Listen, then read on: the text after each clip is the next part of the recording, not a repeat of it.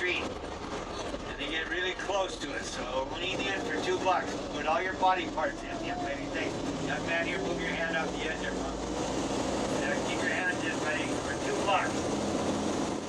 And once we get past here, we're gonna be going by the America's Cup Harbor. Above the America's Cup Harbor is home to over 200 sport fishing boats, the largest sport fishing fleet in the country today. Alright, now you guys are safe to leave back. Now over here, they bring fresh fish every day to the delicatessen there in the corner. One of the most popular restaurants in all of San Diego was coming up here to find sport fishing. You can see the people in line there to get into Mitch's. Magnificent place. I highly recommend Mitch's. Good place to eat. Now, here's a nice little fun song as we make our way in along the river. We're at the very north end of the bay right now. And now we're going to start heading east.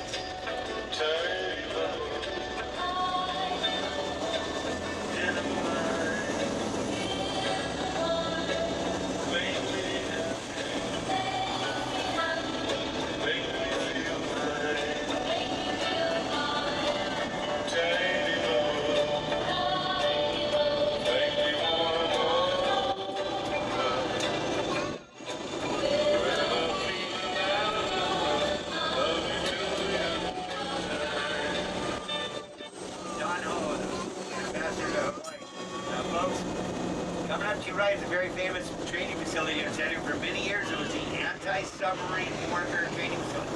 But now we have underwater drones. So now this is called the underwater warfare training facility. It's the secondary knife and sword school. If somebody's ever been an officer in the Navy and the Marine Corps, they get out and they go back in. They'll send them here for a refresher. And that's why they built the movie Officer and Gentleman. Blue Gossett Jr. played here. Right here. Off right here to the left is again the Naval Training Center. Almost 1 million men and women went through basic training here between 1950 and 1992. Get your cameras out, folks. Coming up on your left is probably the most historical building here. It's a wooden ship meant to look like a steel ship. USS Recruit. If you ever saw McHale's Navy, you've seen this boat before. It's right here to your left. USS Recruit.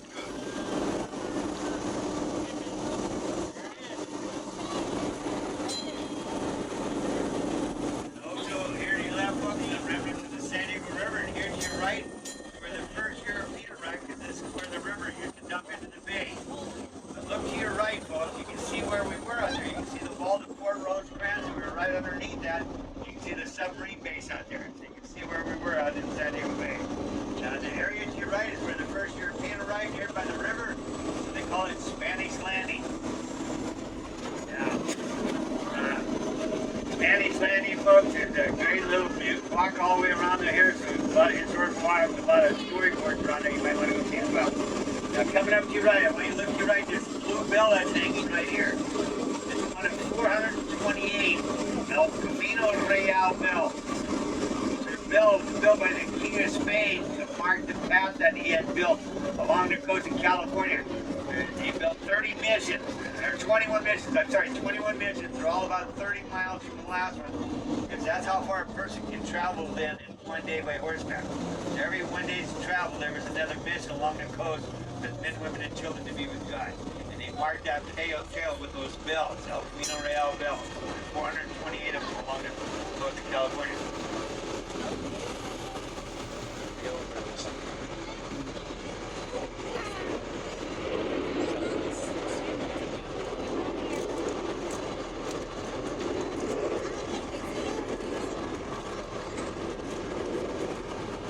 Now, folks, one of the more prominent citizens of San Diego is a guy by the name of Henry Block.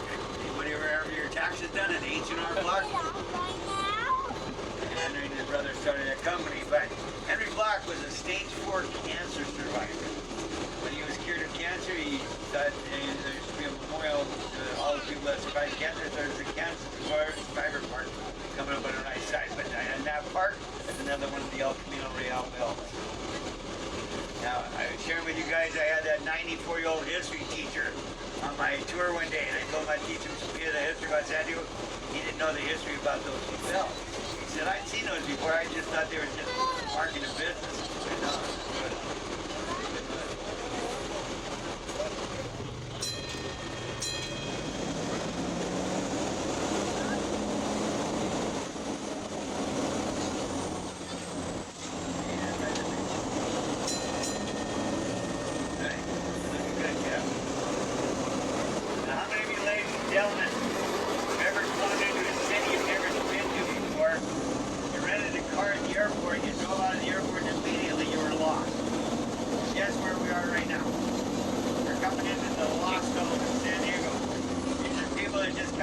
airport right now, and they're going to be coming onto this road here in front of us on this overramp.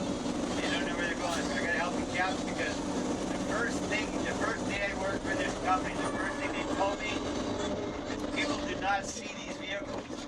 They don't recognize this as a moving vehicle. They think it's so big it has to be a building, and buildings don't move. This thing moves, and they drive around us and underneath us all the time. So I got to help the captain here.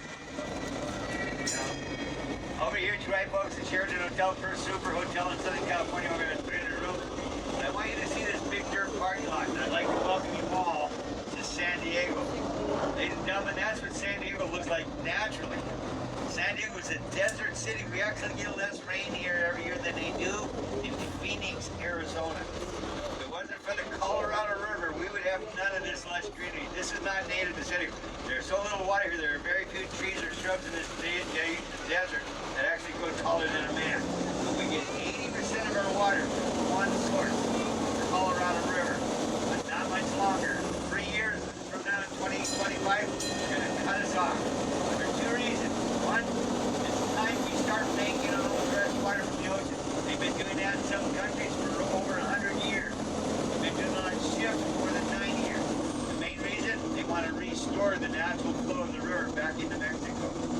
We're going to lose the Colorado River. Now here's a place we've got to see what happens here. All these lanes merge in, so we got to have some control here on the help the captain.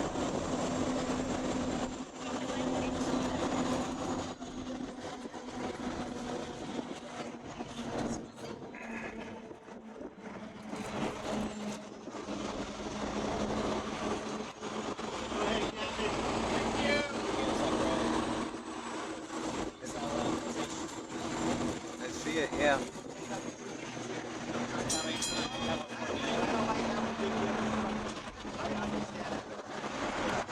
Yep. Thanks, guys.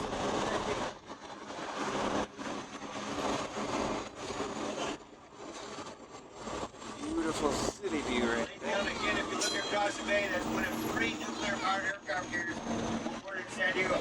They're Nimitz-class aircraft carriers are the largest, most powerful aircraft carriers in the world. To give you an idea how big they are, those aircraft carriers are 1,092 feet long. That's 3 2/3 American football fields long. They have a deck of 4.5 acres and a crew of nearly 6,000. And when they're at sea, they serve 4 meals a day. They have a meal at midnight for the overnight crew called Midrat's Midnight Rations. On average, they serve 20,000 meals a day on those ships. It's amazing. There's the Coast Guard station again.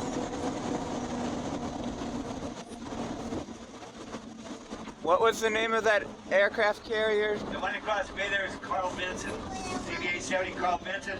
The other 2 are CVA-71 USS Theodore Roosevelt, 72 USS Abraham Lincoln.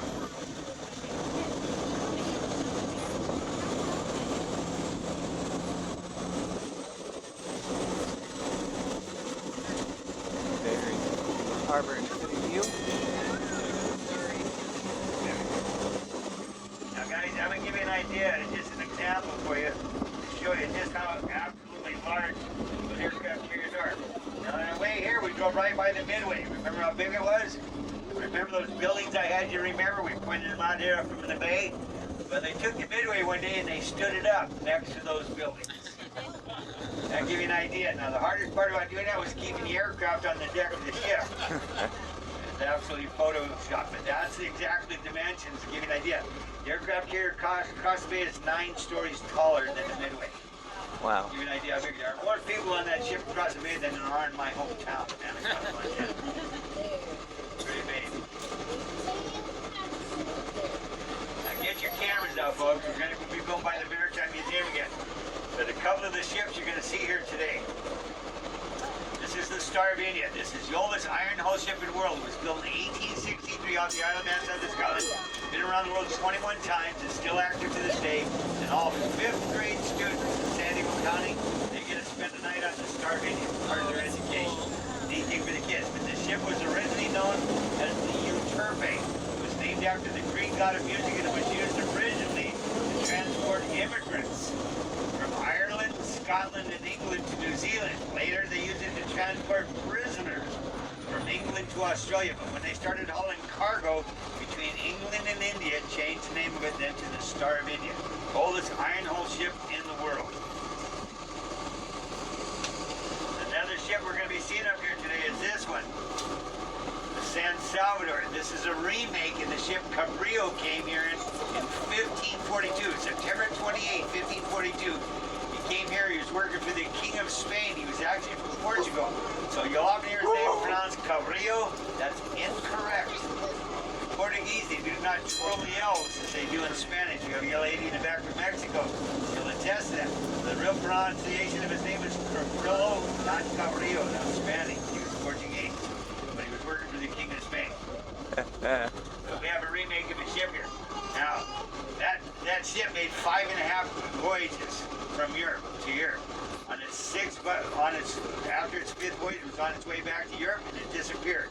They never found it again. But they had a sister ship that was built of the same timbers, the same time, and they went to that ship, did DNA tests of the wood. They actually went to the actual forest in Europe, got wood from those forests, and rebuilt it here by hand, right there where the river dumps in the bay.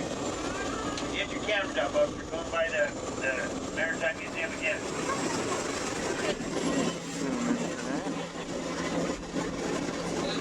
Now over here to your right, this is a private yacht. Believe it or not, folks, this is a yacht that carries the toys for an even bigger yacht. Dennis Washington owns these yachts. Now over here to your right, the black ship with the white stripe, that's a California official tall ship built in 1848. I'll help you here in a second.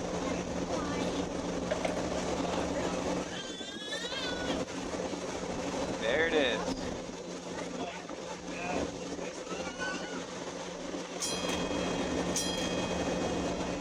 The Star of India.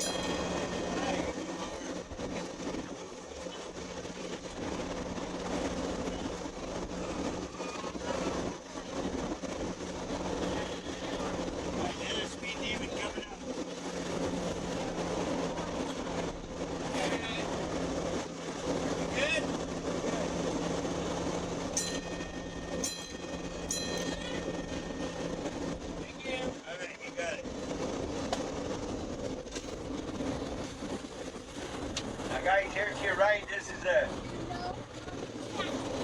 the harbor, but you got any baseball fans on board?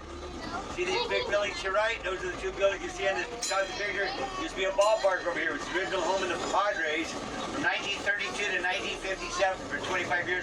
They call it Lane Field. And there's a monument right up here on the corner. You can see it right behind the black and white coffee cart. Looks like a home plate. That's exactly where home plate was at Lane Field. Ted Williams started playing baseball there at the age of 18 right after he graduated San Diego Hoover High School.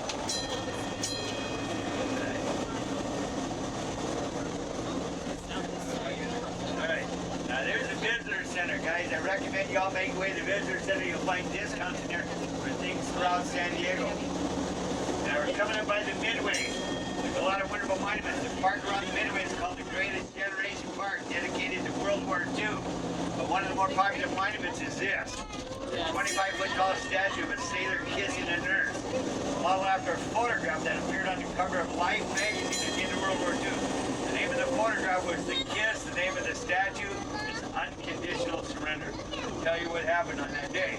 But that's coming up. It's out in the center of those trees out there. You'll see it to your right. Now, good view of it right there to your right. There you can see it.